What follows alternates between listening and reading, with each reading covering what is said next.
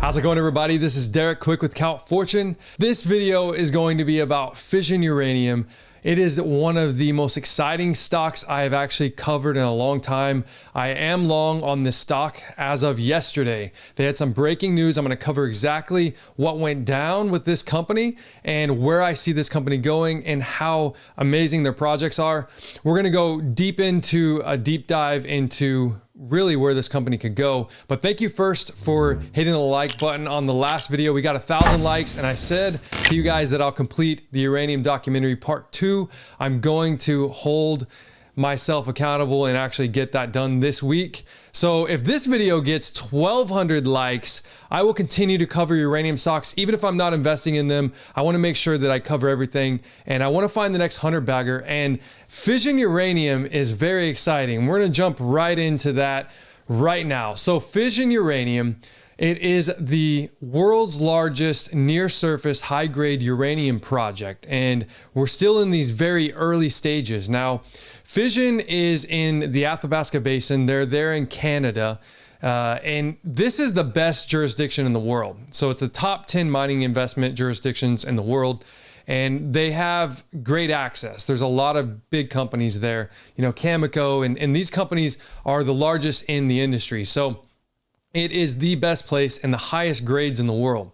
Now, there's a lot of coverage of Fission via a bunch of different analysts. So there's a lot of eyes on Fission. And yesterday the stock ran over 10%, 10 to 13%.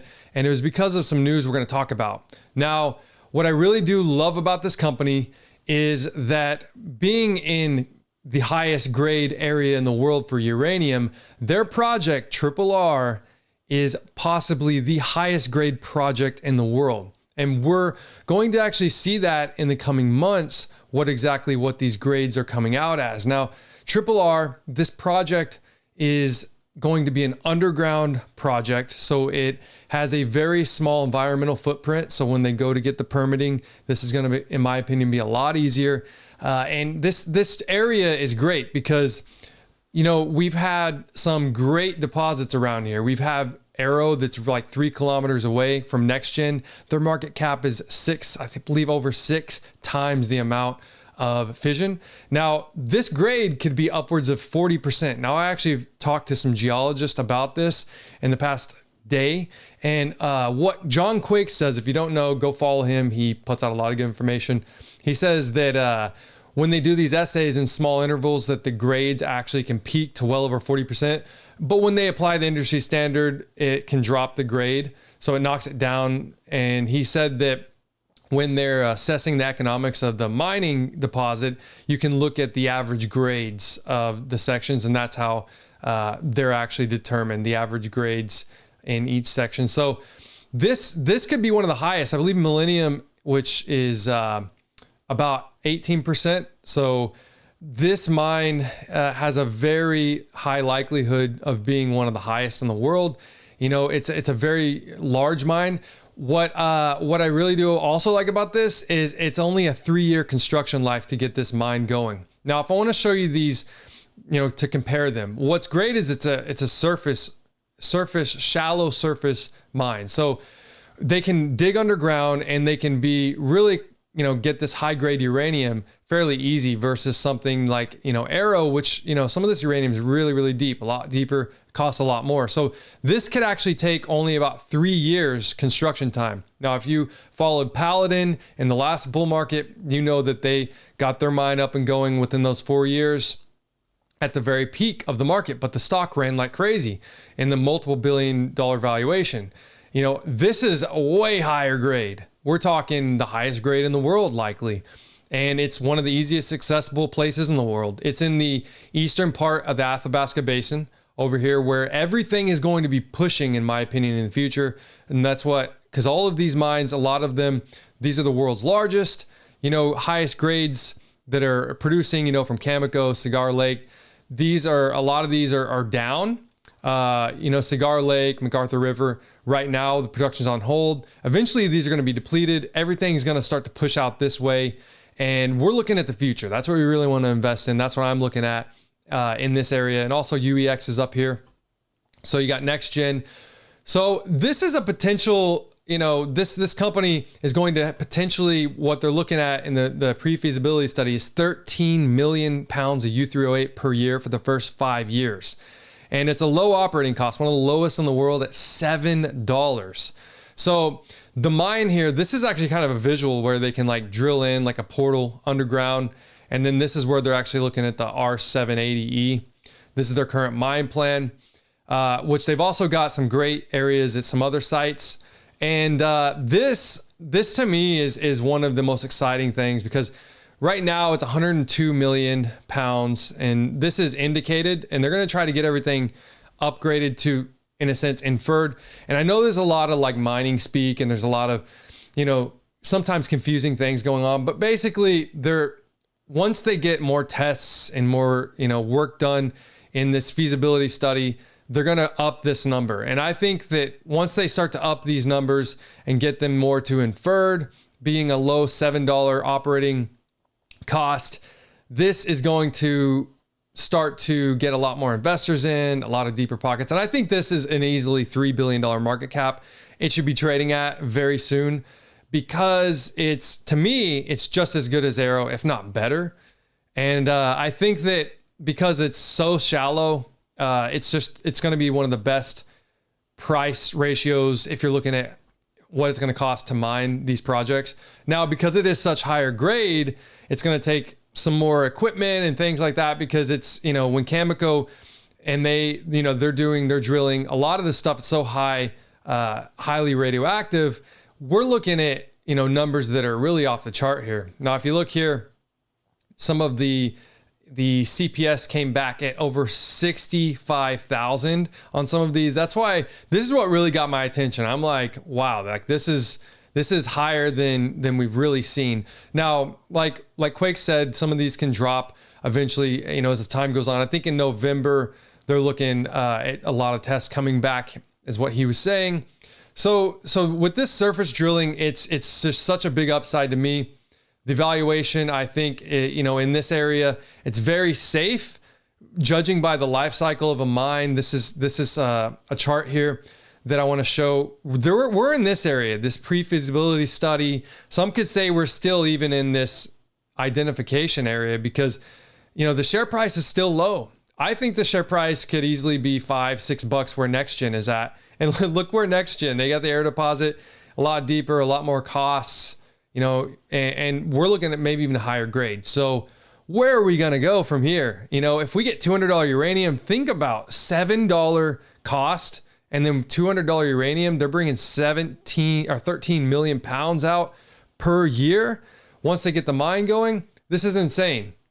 So they also have a big holding with, CGN has a big holding, upwards of 15% in the company.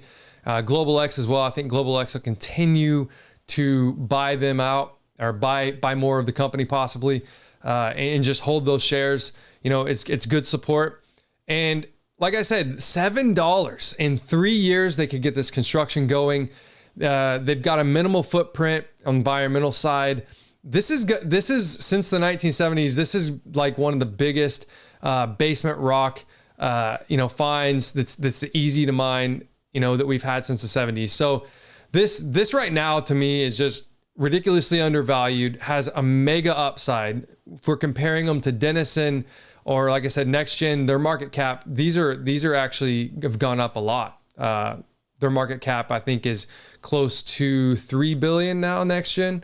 So if you're looking at market caps, it's very undervalued compared to Denison, and this is who I would compare them to.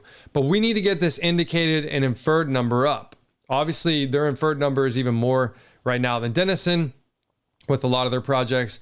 NextGen, that's why they're trading at where they're at. So if we can get this number double or triple up to where it's at, we're going to look at, I'm looking at easy 6 to 7x, but that's just based on the numbers. We're not really, like, this is the timeline here. We're not really looking at the markets trading like they have in the past, with spot uranium going up so much and there being so much speculation. Because remember, in the markets, everything is forward looking, and the market's a lot bigger than it used to be. So they're looking to, complete this feasibility study, and then get this. They're on the pathway to get the environmental and the permits going. Now, here's the thing: when uranium prices go up, a lot of things happen a lot faster. If you look at the previous bull market, lots of permits started. There were, especially if you're looking at Paladin, things were a lot faster. If the uranium price was low, it would have been hard to get financing, it would have been hard to get construction going. But with a higher uranium price, they're knocking out this feasibility study. They're going to get the permitting done. They're going to be able to increase the mine reserve. That's what they're wanting to do. Get it right there with NextGen. And this will become a tier 1 deposit. And, you've already got a lot of big people, I think, buying, a lot of big players. Rick Roll, I think, has said that if they up this, that it will become a tier 1 deposit in his eyes, which it will. So the company right now, I think, has very little downside. I'm going to be buying more. So is my buddy Lewis Morgan. He actually loaded a lot. He brought it back to my attention. The news that came out that I showed you. And as we go on, we continue to get higher uranium prices. I'm really excited about where this goes. Like I said, this area is new to really see higher grades because it's in the eastern part. There's just such higher grades over there. And I think once everything starts moving over there, they're going to find there's going to be a lot more uranium they're going to find. And I think it's just if you're comparing them to uranium stocks that are in its category, it's way undervalued still, even at this price, at this market cap, 555 million Canadian. But the company is really well ran right now. You see here, they've got a new CEO.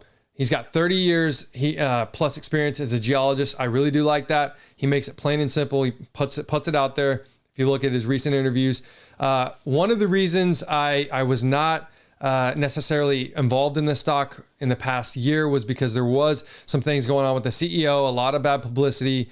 And, I just steered clear of that. There was possibly some shorting.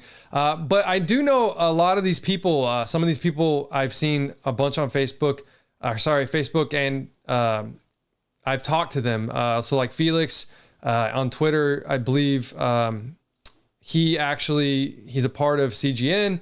So he's a director. And the fact that they have these networks, throughout the world, I think, in China, I think there could be a lot more investing as things go on into the company. And I really do like that. And I like Felix. Me and him have talked a bunch, Rob Chang as well. So it's good to have this type of, these type of eyes and leadership in the company. And, where are we going to see uranium go? Like with Sprott continuing to buying, I've been buying SPUT on the OTC. So I believe that investment is just a no-brainer in my opinion. So I'm going to continue to buy that. I'm going to continue to buy some more Fission. And I think this should be well trading over $1 if uranium goes to 45 bucks, this week, by next week, a lot more people are going to want to be getting into projects that they're on the horizon. And this is one that I just see that I have to be in. If I'm long uranium, I got to be in this. And it is now my number one holding, I think by undervalued wise, and I will be continuing to adding that to my portfolios to try to get the numbers up. And I do hope that Sprott just continues to buy. We get this new prospectus in, and it's $500 million, maybe even more. And there's been some crazy activity. There's been word that utility companies are contacting Sprott and saying, hey, how does this ATM work? They're just playing this clueless game. It's on the radar now. So are we going to see long-term contracts? Possibly. Let me know. Do you think Fission is a good stock? Are you involved? And we get this video 1,200 likes. I'm going to continue to do stocks research on any stock in the uranium sector. Tell me below, write the actual stock you want me to cover next, and I'll look at it. I might even invest in it. You never know.